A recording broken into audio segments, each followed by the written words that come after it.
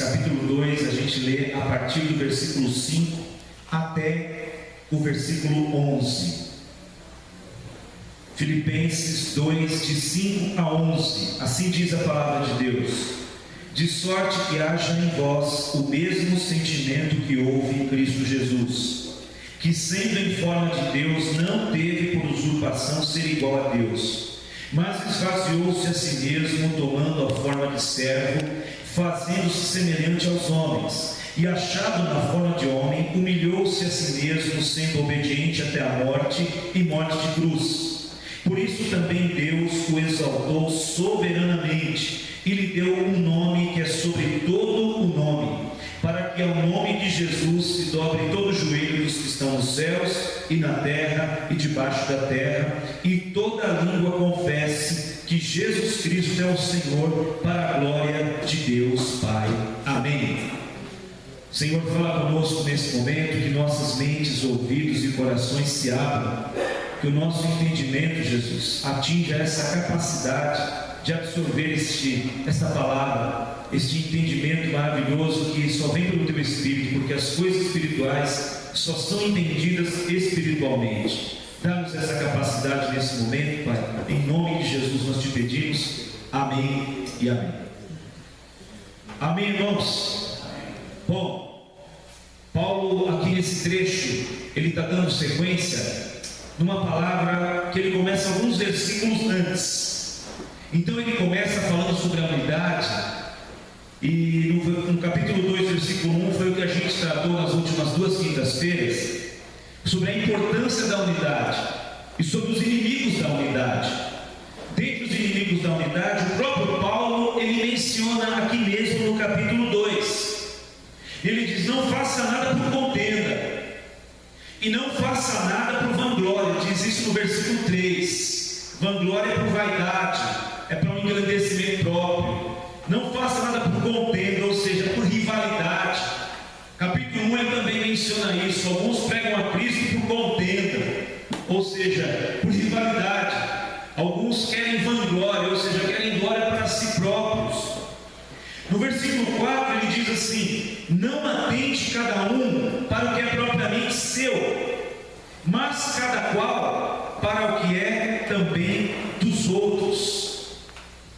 Então Paulo diz: não atente para cada um o que é seu somente, mas para o que é dos outros. No 3 ele diz: cada um considere os outros superiores a si mesmo. E aí emenda do versículo 5 em diante, que é entendido como um cântico judaico antigo, messiânico, e que ele inclui isso nessa palavra. Então ele fala sobre unidade, ele fala sobre a motivação que a gente vai viver o Evangelho e vai fazer as coisas no reino de Deus. E aí ele diz assim, que haja em vocês o mesmo sentimento que houve em Cristo Jesus, e que ele, sendo Deus, ele se absteve de todas as prerrogativas de ser Deus. Ou seja, ele se despiu da divindade para ser um homem comum como a gente. Então olha o que Paulo está dizendo, em comparação ao que ele está falando no capítulo 2, versículo 1, 2 e 3, sobre algumas coisinhas que estão em nós, e que também estavam na igreja de Filipenses: contenda, vanglória, soberba e etc. Então ele diz: olha, que haja o sentimento de Jesus em vocês, porque ele mesmo sendo Deus, ele deixou de ser Deus, ele abriu mão de ser Deus. Aí alguém diz assim: se ele abriu mão de ser Deus, como é que ele fez tanto milagre? Ele fez milagres no poder do Espírito Santo, porque a Bíblia diz que ele era cheio, viveu cheio do Espírito Santo. Ele viveu cheio do Espírito Santo porque ele vivia de joelhos dobrados, ele passava madrugadas em oração. Ele viveu cheio do Espírito Santo porque as palavras da lei, as palavras de Deus estavam nele. Então era alguém que viveu cheio do Espírito Santo, um homem cheio do Espírito Santo. Não foi, os milagres de Cristo não foi porque ele era Deus. A sua santidade não foi porque ele era Deus, ele venceu como homem. E aí Paulo Paulo diz: olha, ele se despiu de ser Deus, e ele esvaziou-se, e tomou forma de homem. E depois que ele é achado na forma de homem, aqui está a chave desse trecho todo que nós lemos. Ele humilhou-se a si mesmo. Diga comigo: humilhou-se. Aqui está a chave desse trecho que nós lemos. A expressão humilhou-se a si mesmo, sendo obediente até a morte e morte de cruz. Paulo também menciona no versículo 7 aqui do capítulo 2 que ele tomou a forma de servo. A palavra grega doulos, que se traduz para servo, é um escravo que não tem mais vontade própria. Doulos é o servo que está aqui, é um escravo que a vontade dele já é de outrem. Então Paulo está dizendo que haja em vós o mesmo sentimento que houve em Cristo Jesus, que sendo Deus se posicionou como um escravo.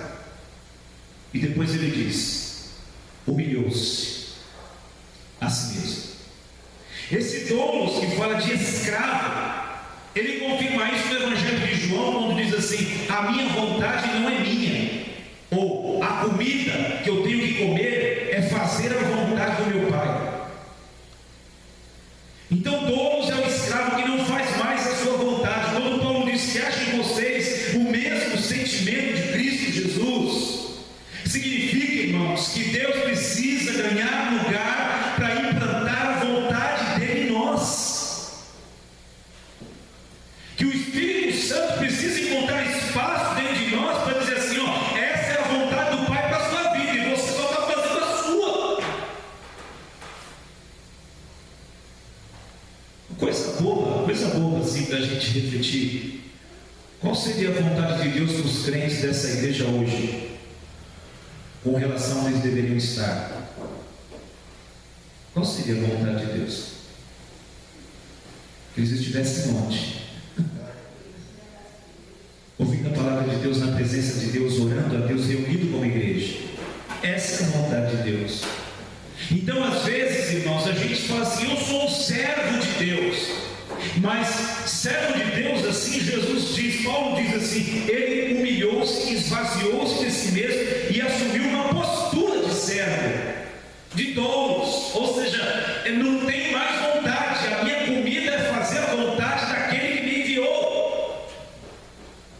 Então o sentimento que havia em Cristo era de fazer a vontade do Pai, e é isso que Paulo vem dizendo. E há pouco eu mencionei aqui a chave desse trecho todo. Qual é mesmo? Humilhou-se. E aqui eu quero traçar um raciocínio com vocês somente a respeito dessa chave. Então Paulo diz que haja em vós de sorte, tomara que haja em vocês o mesmo sentimento que houve em Cristo Jesus, que mesmo sendo Deus, não usurpou ser igual a Deus, mas assumiu a forma de servo, e achado na forma de servo, fez-se homem e humilhou-se até a morte, e morte de cruz. Por esse motivo, porque ele se humilhou, Deus o exaltou de uma tal forma, o texto diz sobremaneira, ou de maneira tal, que lhe deu um nome que está sobre todo o nome, para que ao nome de Jesus se dobrem os joelhos dos que estão no céu, na terra e debaixo da terra. A chave desse trecho é humilhou-se. Então, irmãos, eu quero falar um pouquinho sobre isso. Uma frase de um pensador diz o seguinte: aquele que se diz humilde, ele já é soberbo na sua humildade. Aquele que diz assim: eu sou humilde, ele já se torna soberbo na sua humildade. Porque na verdade todos nós nos achamos meio humildes, é ou não é?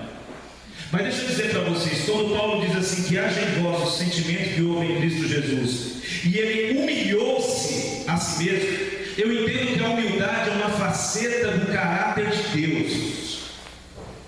A humildade não nasce conosco. O que nasce conosco é a soberba, o que nasce conosco é a arrogância, o que nasce conosco é a prepotência. Isso nasce conosco, isso é obra da nossa natureza. A humildade é uma faceta do caráter de Cristo. Mas como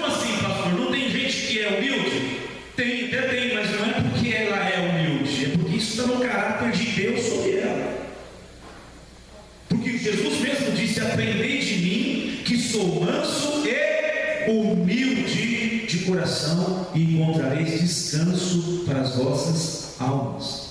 Ora, se ele disse: aprendei de mim, que sou humilde, manso e humilde de coração, é porque a gente tem que aprender com ele, é porque isso não está em nós. Amém, irmãos? Então, dentro dessa chave de Filipenses 5:11, onde eu encontrei se humilhou-se como o centro desse trecho que Paulo escreve, eu quero falar sobre a humildade como uma porta de acesso ao coração de Deus. Amém? Porque a gente vai aprendendo algumas culturas evangélicas, pentecostais, para encontrar Deus. Ontem mesmo eu estava zapeando os canais na televisão e parei, tinha um cara pregando lá, uma igreja grande.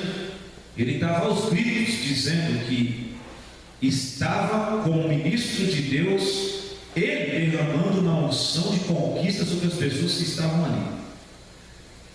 E ele punha a mão na cabeça dele e dizia: põe a mão na sua cabeça que eu vou transferir a unção de conquista que estava sobre Eliseu e Elias sobre a sua vida agora. E começou a gritar que nem um louco, e o povo com a mão na cabeça, pulava lá, e a unção da conquista. Aí ele começou a falar no meio da oração das conquistas.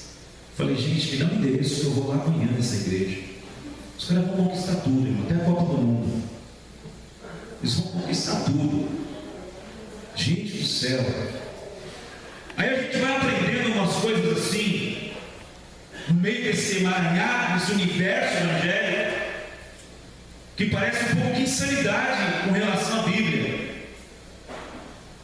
Então a gente encontra Deus com a mão na cabeça e o outro gritando, dizendo: a unção da conquista está sobre você. A gente encontra Deus com alguns valores que a gente não pode abrir mão. E aqui a chave do versículo, a chave desse trecho de Filipenses 2:5-11 é: humilhou-se.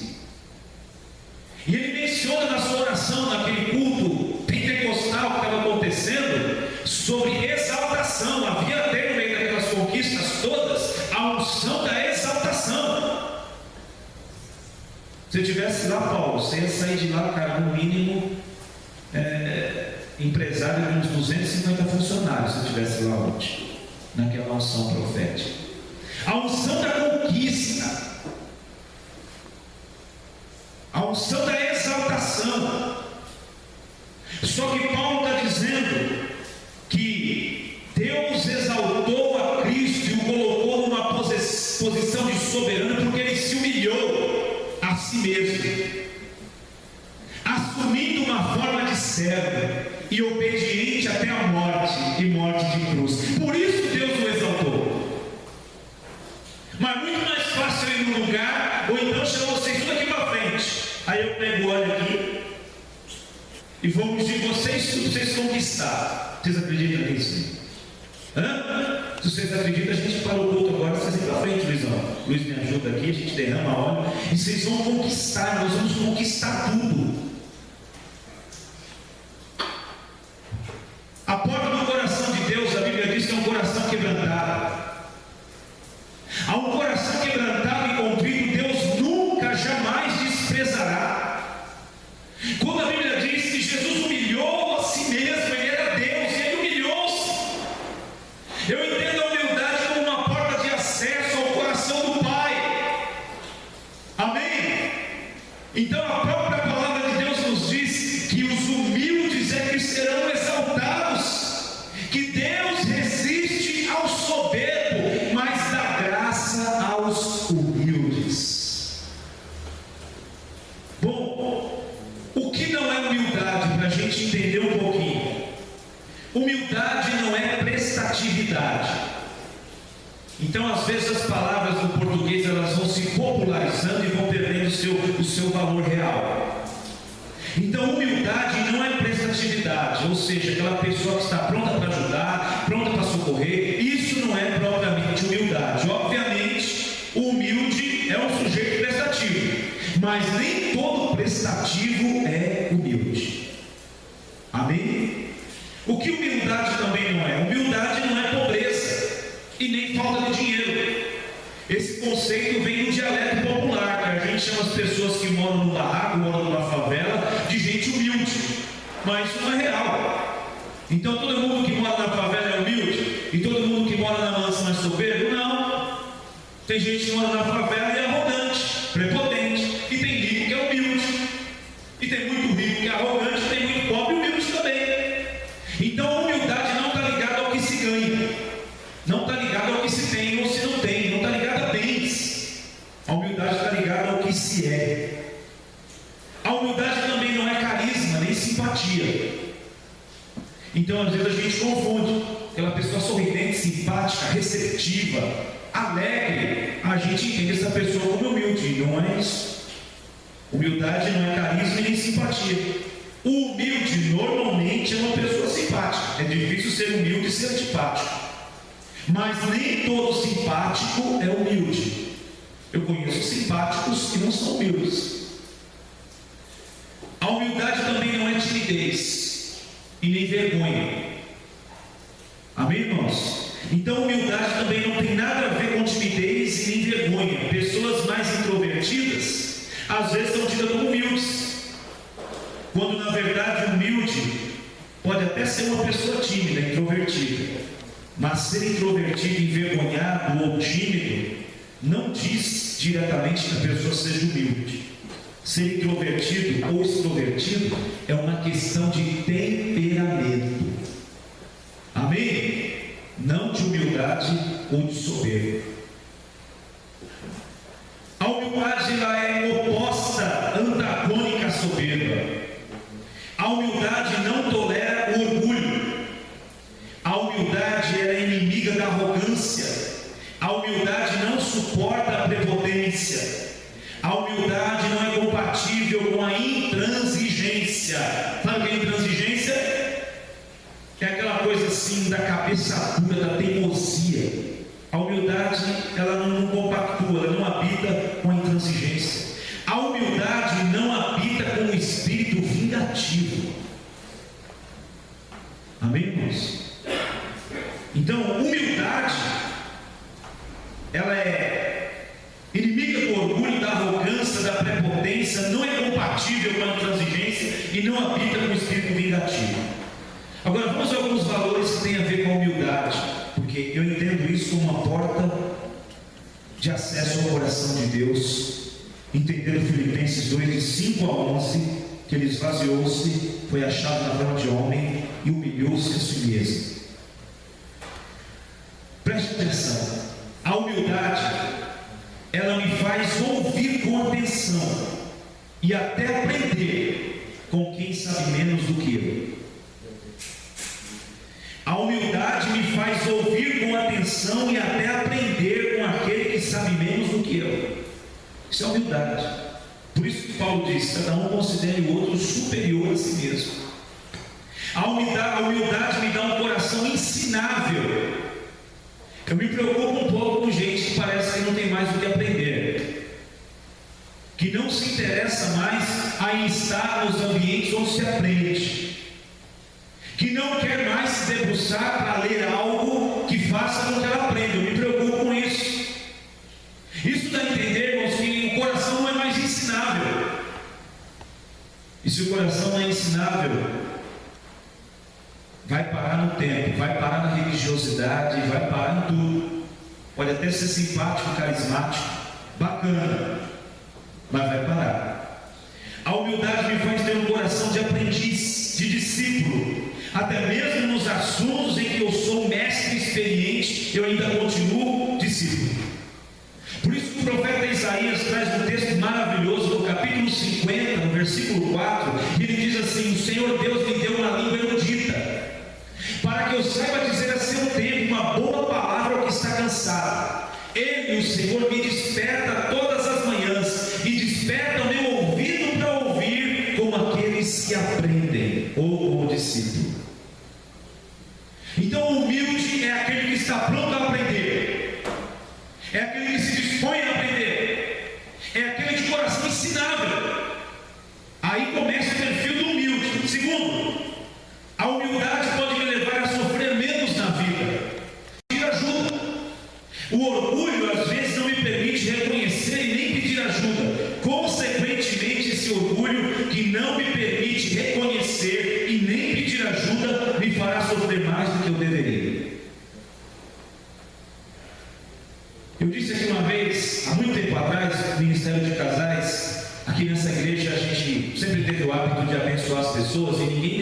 participar de nada porque não tinha dinheiro. Aí, às vésperas de um retiro de casais, tinha alguns casais que não podiam ir, e a igreja bancou para eles irem lá em Serra Negra na época.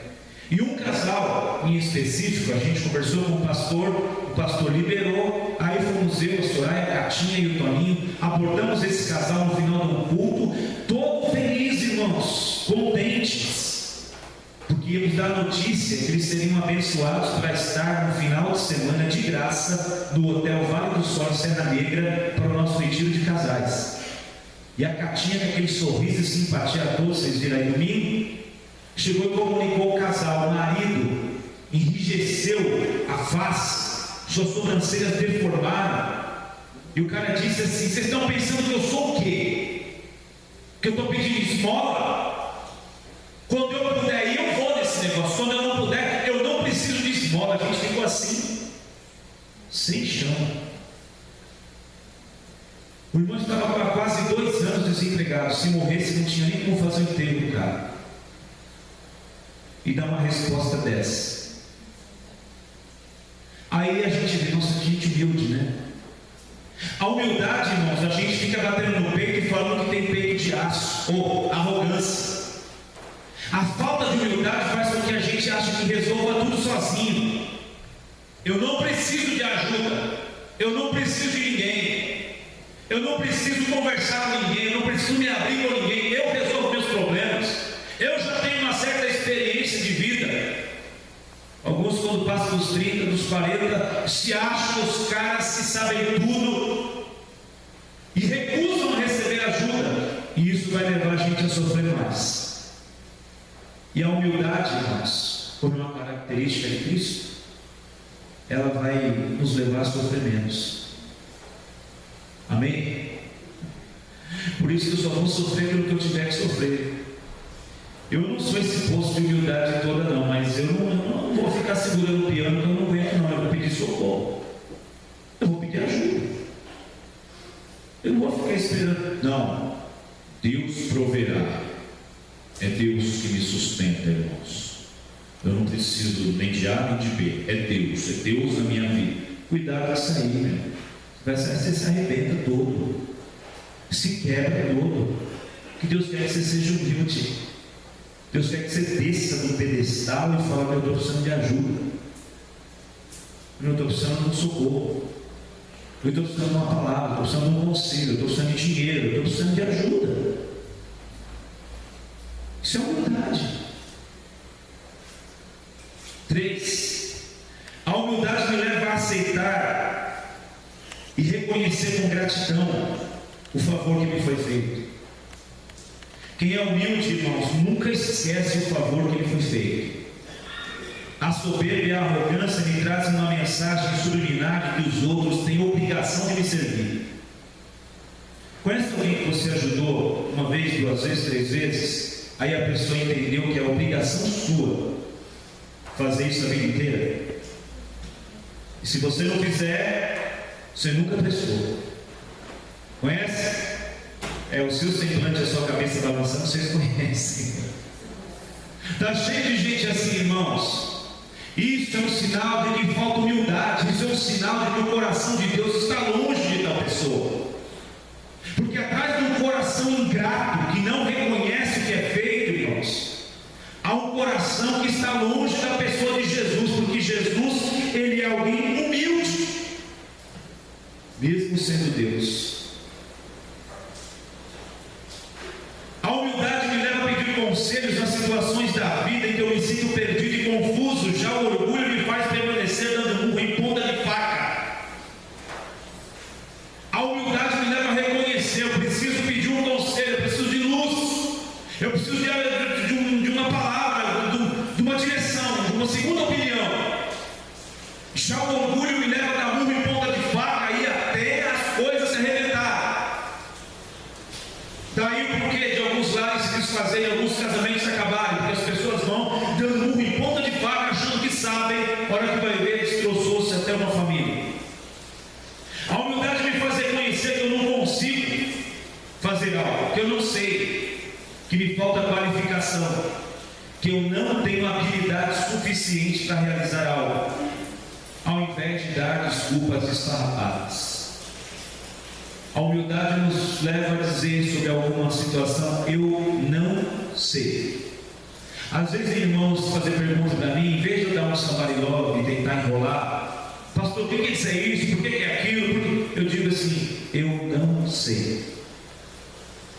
Porque parece que o pastor tem que saber tudo, né? De Bíblia, então ele tem que saber tudo. Sei não, gente. Sei um pouquinho só. Então, a humildade leva a gente a dizer assim: não sei, eu não sei, ao invés de ficar dando uma desculpa. A humildade não me permite surtar. Isso é legal demais. A humildade não me permite surtar quando a minha opinião não é aceita. Já a soberba, o orgulho, a arrogância diz assim: já que é para ser assim, pode continuar sem mim. Se virem. A humildade não surta, irmãos, quando a opinião não é aceita. A humildade não solta o arado quando a opinião não é aceita. Amém, irmãos? Agora, a arrogância, a soberba, o orgulho é: já que é para ser assim, então se vira sem mim. Eu não vou colocar os meus talentos a serviço disso aí, já que é para ser assim. Isso é um sinal que o coração está longe do coração de Deus, porque não é um coração humilde. Aleluia. A humildade me faz um admirador de quem faz aquilo que eu faço melhor do que eu. Então a humildade me faz um admirador daquele que faz o que eu faço melhor do que eu. Já soberba levanta dentro de mim um rival no meu caminho. Então eu aprendi isso, irmãos, que quando eu começo com um sentimento de rivalidade com alguém que está fazendo algo melhor do que eu estou entendendo que eu estou sendo arrogante, eu estou entendendo que eu estou sendo invejoso, eu estou entendendo. Eu falo: peraí, Senhor, isso não é do céu, não. Se alguém faz aquilo melhor do que eu, é motivo de eu admirar e buscar fazer melhor do que eu faço, e não ter um rival. Então tem alguém no trabalho, de repente você trabalha com alguma coisa e tem alguém que faz com excelência e faz muito melhor do que você. Torne-se um admirador, não um rival. Não fica botando defeito. Igreja é um lugar doido, né? Se chegar na igreja alguém que canta bem, todo mundo fica antipático com a pessoa. Se chegar alguém que prega bem, todo mundo fica antipático com a pessoa. Principalmente os que um dia desejam pregar. É uma coisa, gente, enquanto a gente tem que admirar. No meu trabalho, de repente, tem alguém que faz algo muito melhor que eu, é a função que eu também executo, mas a pessoa manda bem demais, faz bem, eu tenho que admirar. Quando eu jogava bola no meio do esporte, a gente tentava derrubar. Se o cara jogasse na minha posição, jogasse melhor que eu, a gente ficava tentando derrubar, de alguma forma, fazendo tramas, casinha. Então, o Evangelho foi me ensinando que a humildade é aplaudir o sucesso do outro, o talento do outro, a vitória do outro, mesmo que o outro não pertença ao rol dos meus melhores amigos. Amém, queridos?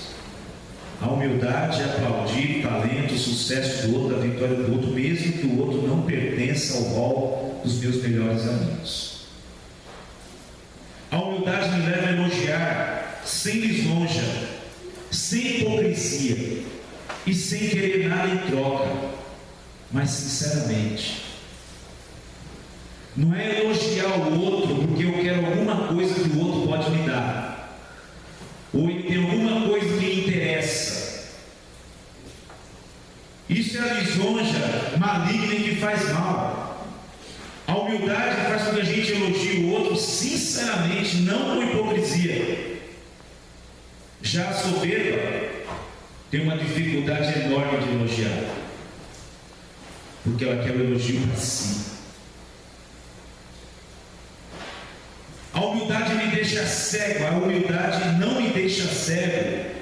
Desculpe, a humildade não me deixa cego quanto aos defeitos do outro, mas me faz focar e enaltecer as virtudes do outro. Já a arrogância me deixa cego aos meus próprios defeitos e faz parecer que os defeitos alheios sempre são maiores, sempre são mais graves do que os meus. Vocês estão dormindo? São uns 2 ou 3 que eu estou vendo aqui, não dá para vocês me enganar, gente. Seja humilde. Fala, pastor, eu estou dormindo, desculpa. Eu estou vendo daqui. Algum exemplo, né? Está dormindo? Não.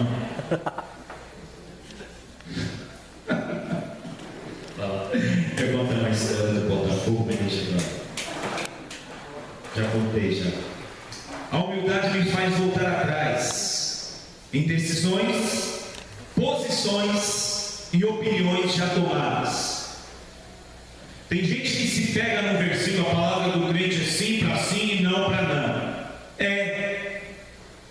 Mas quando a gente reconhece que de repente pode rever o conceito, a gente volta atrás. Porque Jesus é assim, Deus é assim. Quando aquela mulher chegou correndo atrás de Jesus e falou: Senhor, cura minha filha, está endemoniada, está perturbada. E Jesus foi andando e não deu bola. Ela não desiste, continua atrás dele. Cura minha filha, cura minha filha, cura minha filha. Os discípulos: Senhor, médico, essa mulher está fazendo feio aí, está envergonhando a gente, o nosso ministério. Onde já subiu uma mulher dessa gritando atrás de nós que somos tão importantes? Despede a mulher. E Jesus continuou andando. Daqui a pouco ele olhou para trás e disse assim: eu não vim senão para as ovelhas perdidas da casa de Israel.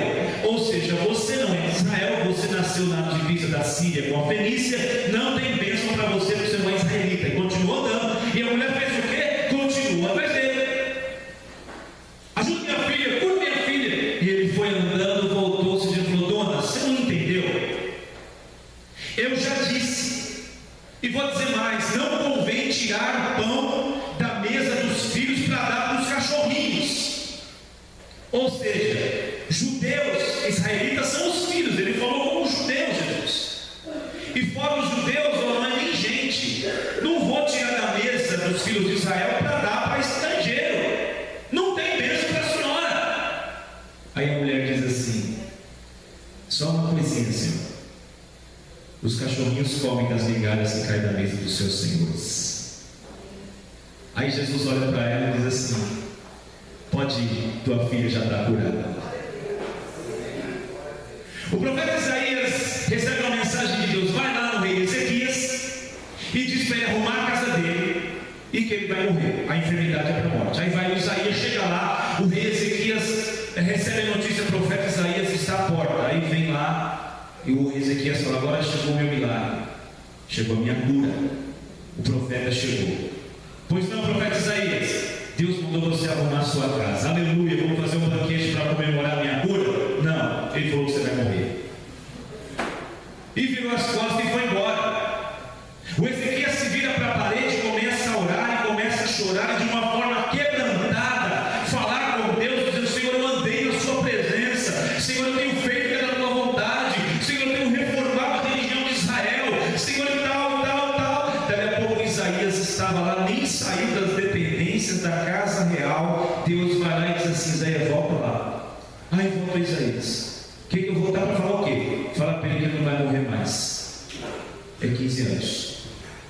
Eu estou dando para ele. Porque Deus muda de ideias. Deus interage com a gente. É preocupante.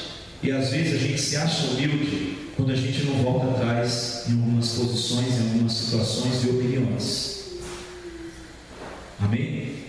É preocupante isso. Eu estou vivendo muitas delas que eu falei: é assim, para ser crente tem que viver assim, tem que fazer assim e tem que ser assim. Eu estou revendo muito conceito, irmãos, porque não é bem por aí do jeito que eu estava achando, não. E eu estou ganhando um grave defeito que aumenta cada vez mais. Eu gosto de Bíblia. E quanto mais eu leio Bíblia, mais eu vou me desfazendo daquilo que eu acho. Em vez de ficar vendo um monte de bobeira, assistindo bobeira, perdendo tempo com bobeira, eu gosto daquilo que me faz entender o que Deus quer comigo. E aí eu vou me despojando daquilo que é bobeira.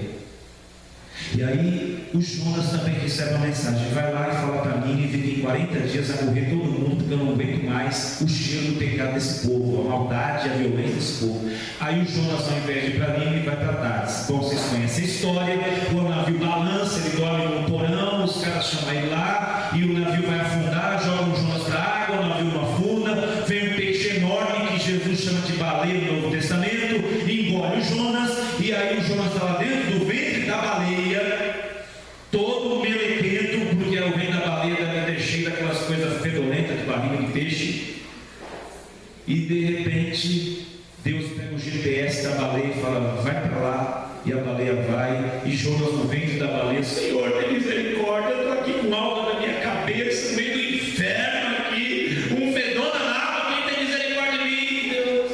Manda a baleia lá. A baleia vomita Jonas. Quando ele levanta na praia, ele vê uma plaquinha, Nínive a 100 metros.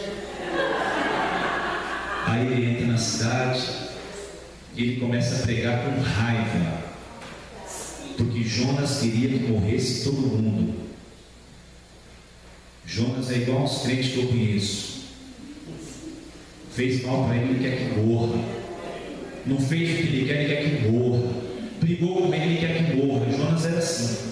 E Nínive era um povo inimigo. Ele foi pregando lá, pregando, Deus vai matar todo mundo aqui por causa do pecado de vocês. 3 dias de caminhada. Quando ele termina, ele senta no morro e fica lá assim, ó, na arquibancada. Vai Deus, solta as pedras do céu, arrebenta com tudo aí. Aí Deus diz para ele, eu não vou mais matar ninguém. Mas por que não? Por que não? Eles se arrependeram. Está todo mundo chorando lá, fazendo jejum e pondo cinza na cabeça, sinal de arrependimento. Agora não listou mais. Aí Jonas falou, eu sabia. Por isso que eu não queria vir. Eu sabia. Por isso que eu não queria vir. Porque o Senhor é um Deus misericordioso, compassivo e que se arrepende e que muda de ideia. Irmão, Jesus humilhou-se. E ser humilde é mudar de ideia, é mudar de posição. Jeremias 18 também fala que Deus falou também que mudou de ideia, sobre aquela passagem do vaso do oleiro. Então a gente diz assim, humilde, eu sou humilde, mas a gente se fica em posições e diz assim, daqui eu não saio. E ainda vem usar a Bíblia dizendo que a palavra do crente é sim para sim, não para não. Larga a mão de ser cabeção, pois se arrebenta na vida, não vai falar que Deus não avisou. A humildade nunca me deixa esquecer de onde eu saí. Amém, irmãos? Ou seja, por mais que as coisas melhorem, por mais que Deus me exalte, por mais alto que eu possa chegar nas mais diversas áreas da vida, a humildade sempre me lembrará de onde eu vim.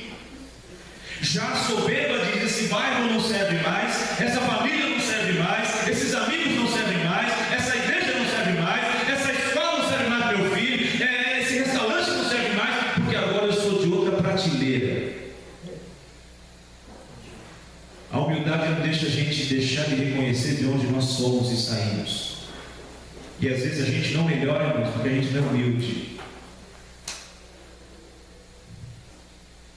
E algumas pessoas, se melhorarem, vão ficar insuportáveis, de tão arrogantes, de tão metidas, de tão cheias de si mesmas. Por isso que não melhora. Seja humilde, porque essa é uma porta para o coração de Deus. A humildade sempre abre um espaço para uma revisão de conceito, para um repensar das ideias, enquanto a soberba faz de mim uma mula. Salmo 32. Ó, não seja como um cavalo, uma mula que precisa de capricho, tá? Vou puxar assim, no cavalo assim, vai, para ir no caminho certo. Irmãos, eu fico falando com Deus, eu Senhor, eu não quero ser mula, não. Não quero ser um cavalo chumbo, não. A gente vai sofrer na vida, sim ou não? Vai levar umas cacetadas, sim ou não? Vai. Mas eu não quero levar a cacetada por teimosia, por ser esse cavalo chumbo que Deus fala, a palavra fala, Jesus fala, e a gente administrado continua lá.